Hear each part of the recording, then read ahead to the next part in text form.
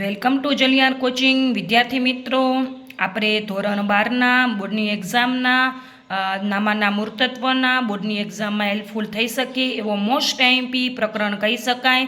આ પ્રકરણ ધોરણ 12ની બોર્ડની એક્ઝામના વિદ્યાર્થીઓ, સબ ઓડિટર, સબ એકાઉન્ટન્ટના વિદ્યાર્થીઓ અને ટાટ ટેચેસના વિદ્યાર્થીઓને બહુ હેલ્પફુલ થઈ શકશે.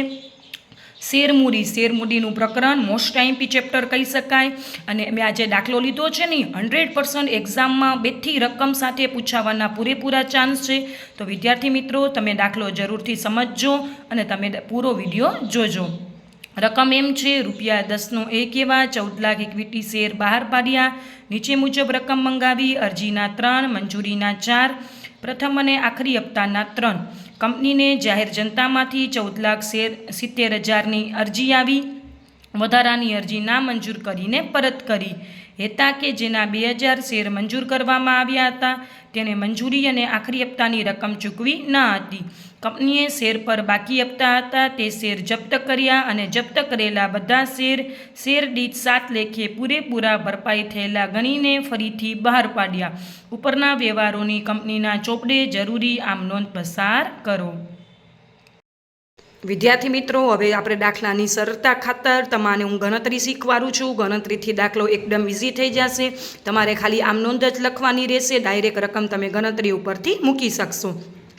આપણાને કીધું હતું 14 લાખની અરજી આવી હતી, પણ 14 લાખની અરજી કરી હતી, પણ આપણાને અરજી આવી હતી 14,70,000. તો આપણે લખશું શેર અરજી 14,70,000 ગુણ્યા 3 રૂપિયા એટલે 44,10,000. હવે આપણે 14 લાખની અરજી કરી હતી ને 14,70,000ની અરજી આવી એટલે 70,000 વધારાના છે. તો આપણે લખશું પરત 70,000 ગુણ્યા 3. 70,000 ગુણ્યા 3 એટલે 2,10,000. એટલે આપણી અરજી કેટલાની થઈ જશે? 14 લાખ ગુણ્યા 3 એટલે 42 લાખ. વિદ્યાર્થી મિત્રો, ગણતરી ખાસ સમજજો. તમારી ગણતરીથી જ દાખલો ઇઝી બની જશે. હવે આપણે શેર મંજૂરી મંગાવશું 4 રૂપિયા લેખે. તો 14 લાખ ગુણ્યા 4 રૂપિયા 14 ચોક 56 લાખ. હવે આપણે નીચે લાઈન વાંચશું તો છે, હેતા કે જેના 2000 શેર મંજૂર કરવામાં આવ્યા હતા તેને મંજૂરી અને આખરી હપ્તાની રકમ ચૂકવી ન હતી.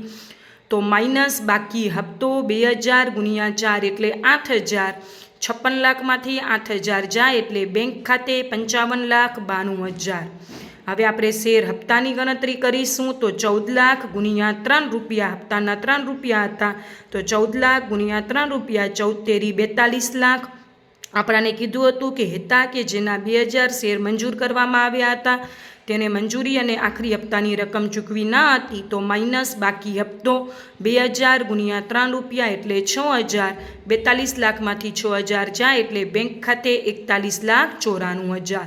વિદ્યાર્થી મિત્રો, ગણતરી ખાસ નોટ ડાઉન કરજો. તમને કાંઈ પણ કન્ફ્યુઝન હોય, ના સમજણ પડી હોય તો મને જરૂરથી કમેન્ટ બોક્સમાં જણાવજો. હું તમને ઇઝીલી જવાબ આપીશ. આપણાને શેર જપ્તી કરવાની છે તો મેં તમારી ગણતરીની સરળતા ખાતર શેર જપ્તી માટેની પણ ગણતરી લખી દીધી છે. આપણે હપ્તા પછી જપ્ત કરી છીએ એટલે મંગાવેલ રકમ 10 રૂપિયા, ભરેલ રકમ અને ન ભરેલ રકમ. તો એ લોકોએ કીધું હતું કે મંજૂરી અને આખરી હપ્તાના નહોતા ભર્યા. તો મંજૂરી અને આખરી હપ્તાના મંજૂરીના 4 રૂપિયા અને આખરી હપ્તાના 3 રૂપિયા એટલે ન ભરેલ રકમ 7 રૂપિયા અને ભરેલ રકમ 10માંથી 7 જશે એટલે 3 રૂપિયા. અથવા મંજૂરી અને આખરી હપ્તાના નહોતા ભર્યા તો અરજીના ભર્યા હતા એટલે 3 રૂપિયા. હવે વિદ્યાર્થી મિત્રો, હું જેમ સ્ટેપ બાય સ્ટેપ તમને આમ નોંધ લખાવું છું આવી જ રીતે ક્રમ વાઇઝ જ લખવાની. આડી અવરી આમ નોંધ ના થવી જોઈએ, નકા તમારા માર્ક્સ કપાઈ જશે. આપણે ટાઇટલ આપવાનું ધ્વનિલ લિમિટેડની આમ નોંધ. સૌથી પહેલી આમ નોંધ નાના રૂપિયા મળે એની છે. તો બેંક ખાતે ઉધાર તે ઇક્વિટી શેર અરજી ખાતે આપણાને 14,70,000 શેરની અરજી આવી હતી 3 રૂપિયા લેખે એટલે 44,10,000. તે ઇક્વિટી શેર અરજી ખાતે 44,10,000 જેટલા જમા કર્યા એટલા ઉધાર કરવાના. તો ઇક્વિટી શેર અરજી ખાતે ઉધાર 44,10,000. તે ઇક્વિટી શેર મૂડી ખાતે આપણે 14 લાખની અરજી કરી હતી તો 14 લાખ ગુણ્યા 3 42 લાખ. વધારાના આપણાને હતા 70,000. તો તે બેંક ખાતે 70,000 ગુણ્યા 3 એટલે 2,10,000. વિદ્યાર્થી મિત્રો, હું તમારી સરળતા ખાતર ગણતરી બોલતી જાઉં છું એટલે ના ખબર પડે તો જરૂરથી તમે વિડીયો બીજી વાર જોઈ લેજો. ઇક્વિટી શેર મંજૂરી ખાતે ઉધાર 14 લાખ ગુણ્યા 4 રૂપિયા 14 ચોક 56 લાખ. તે ઇક્વિટી શેર મૂડી ખાતે 56 લાખ. મંજૂરીવાળી ગણતરી જોશો ને તો 14 લાખ ગુણ્યા 4 એટલે 56,000, બાકી હપ્તો 2,000 ગુણ્યા 4 એટલે 8,000. તો આપણે બાકી હપ્તો નોંધવાનો છે. તો મંજૂરીવાળી આમનોંધમાં આપણે બાકી હપ્તાની આમનોંધ કરશું. બેંક ખાતે ઉધાર મળવાના બાકી હપ્તા ખાતે ઉધાર તે ઇક્વિટી શેર મંજૂરી ખાતે ઉધાર 56 લાખ કર્યા હતા તો જમાએ 56 લાખ કરવાનું. હવે ગણતરીમાં જોશો ને તો 56 લાખમાંથી 8,000 ગયા તો 55,92,000 બચ્યા. તો બેંક ખાતે 55,92,000, બાકી હપ્તા ખાતે 8,000 તે ઇક્વિટી શેર મંજૂરી ખાતે 56 લાખ. વિદ્યાર્થી મિત્રો, હું દરેક વિડીયોમાં કહું છું, આજે પણ કહું છું, ખાસ નોટ ડાઉન કરી નાખજો. જામીનગીરી પ્રીમિયમ આપેલ હોય તો પ્રીમિયમની નોંધ આપણે હંમેશા મૂડીવાળી આમનોંધમાં કરવાની અને બાકી હપ્તો હોય તો આપણે હંમેશા બેંકવાળી આમનોંધમાં કરવાનું. વિદ્યાર્થીઓ દાખલો ગણી લે છે પણ કન્ફ્યુઝ થઈ જાય છે કે પ્રીમિયમની નોંધ ક્યારે કરવાની અને બાકી હપ્તાની નોંધ ક્યારે કરવાની. ઘણી વખત વિદ્યાર્થીઓ એમ કન્ફ્યુઝ થઈ જાય છે કે ક્યારે જામીનગીરી પ્રીમિયમ જમા કરવાનું ને ક્યારે ઉધાર કરવાનું. તો વિદ્યાર્થી મિત્રો, જામીનગીરી પ્રીમિયમ હંમેશા શેર બહાર પાડીને ત્યારે જમા કરવાનું હોય. બીજું શું કે શેર મૂડીવાળી આમનોંધમાં જામીનગીરી પ્રીમિયમ નોંધવાનું અને બાકી હપ્તાની આમનોંધ બેંકવાળીમાં કરવાનું. પણ તમે શેર જપ્ત કરો અને શેર જપ્તી આવે એટલે કે બાકી હપ્તો હોય અને શેર જપ્તી આવે અને જપ્ત કરતી વખતે પ્રીમિયમ મળ્યું ન હોય તો જપ્તી વખતે તમારે પ્રીમિયમ ખાસ ઉધારવાનું. ખાસ નોટ ડાઉન કરી લેજો. ન ભરેલ રકમમાં પ્રીમિયમનો સમાવેશ થાય તો જ ઉધાર કરવાનું, નકા પ્રીમિયમ આપણે નોંધવાનું હોય જ નહીં જપ્તી વખતે. હવે આપણે હપ્તો મંગાવીશું. 14 લાખ ગુણ્યા 3 રૂપિયા એટલે ઇક્વિટી શેર આ હપ્તા ખાતે ઉધાર 42 લાખ તે ઇક્વિટી શેર મૂડી ખાતે 42 લાખ. હપ્તાની ગણતરીમાં જોશો ને તો બાકી હપ્તો 2,000 ગુણ્યા 3 રૂપિયા એટલે 6,000. તો આપણે આમ નોંધ લખશું. બેંક ખાતે ઉધાર મળવાના બાકી હપ્તા ખાતે ઉધાર તે ઇક્વિટી શેર હપ્તા ખાતે. તમે જોશો ને તો હપ્તા ખાતે જેટલા ઉધાર કર્યા ને એટલા જમા કરવાનું. આમ તમારે જોઈ લેવાનું કે ઉધાર અને જમા વ્યવસ્થિત થઈ જાય છે ને. ક્રોનોલોજીમાં તમારે દાખલો કરવાનો છે. હવે 42 લાખમાંથી 6,000 જશે એટલે બાકી હપ્તા ખાતે મેં 6,000 લખી નાખ્યા હતા. 42 લાખમાંથી 6,000 જશે એટલે બેંક ખાતે ઉધાર 41,94,000, બાકી હપ્તા ખાતે ઉધાર 6,000 તે ઇક્વિટી શેર હપ્તા ખાતે 42 લાખ. હવે આપણે જપ્તી કરીશું. તો મંગાવેલ રકમ 10 રૂપિયા હતી. તો ઇક્વિટી જ્યારે શેર બહાર પાડીને ત્યારે શેર મૂડી ખાતે જમા કરવાનું ને જ્યારે જપ્ત કરીને ત્યારે શેર મૂડી ખાતે ઉધાર કરવાનું. તો ઇક્વિટી શેર મૂડી ખાતે ઉધાર 2,000 ગુણ્યા 10 રૂપિયા એટલે 20,000 તે શેર જપ્તી ખાતે તે ઇક્વિટી શેર મંજૂરી ખાતે ને તે ઇક્વિટી શેર હપ્તા ખાતે. હવે મંજૂરી ખાતે ને હપ્તા ખાતેથી રૂપિયા ક્યાંથી લઈ આવવાના?